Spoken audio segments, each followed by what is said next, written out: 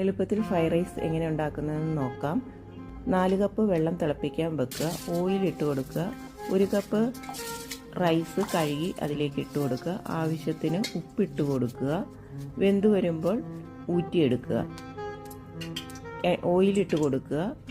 Cut ചെയ്ത് വെച്ചിരിക്കുന്ന vegetables ഓരോന്നായിട്ട് ഇട്ട് കൊടുക്കുക. ഞാൻ ഇവിടെ എടുത്തിരിക്കുന്ന 3 കളറിലെ ക്യാപ്സിക്കം, ക്യാരറ്റ്, ബീൻസ്, സവാള എന്നിവയാണ്.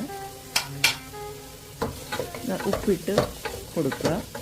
നന്നായിട്ട് ഇളക്കുക. മൂടി വെച്ച് ഒന്നുകൂടി ഇളക്കി കൊടുക്കുക.